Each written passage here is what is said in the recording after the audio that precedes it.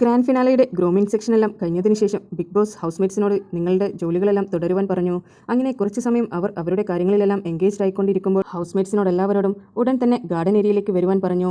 ആ സമയം അക്ബറും നെവിനും ചോദിച്ചു, എന്താണ് ഇപ്പോൾ ഈ സമയത്തൊരു വിളിയെന്ന്. എന്തായാലും എവിക്ഷൻ ഒന്നുമില്ല, എന്തായിരിക്കുമെന്ന് ആലോചിച്ചുകൊണ്ടിരിക്കുമ്പോൾ ബിഗ് ബോസ് പറഞ്ഞു, പേടിക്കണ്ട, എല്ലാവരും വരട്ടെ, എന്നിട്ട് കാര്യം പറയാമെന്ന് പറഞ്ഞു.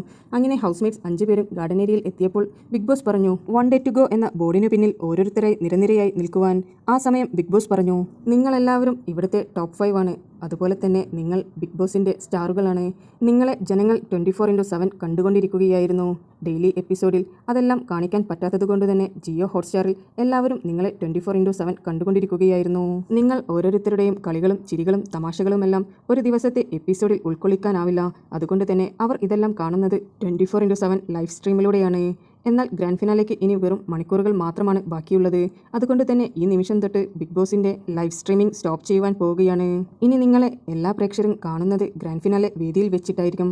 അതുകൊണ്ട് തന്നെ പ്രേക്ഷകരോട് നന്ദി പറഞ്ഞുകൊണ്ട് ബിഗ് ബോസിൻ്റെ തിരശീല വീഴുകയായിരുന്നു. ബിഗ് ബോസ് 7 എന്ന ബോർഡ് പതുക്കെ മങ്ങിക്കൊണ്ട് ഇന്നത്തോടെ നമ്മുടെ ലൈവ് സ്ട്രീമിംഗ് സ്റ്റോപ്പ് ചെയ്തിരിക്കുന്നു. ബിഗ് ബോസ് വിന്നർ ആരായിരിക്കുമെന്നുള്ള ആകാംക്ഷയോടെയാണ് എല്ലാ ജനങ്ങളും കാത്തിരിക്കുന്നത്.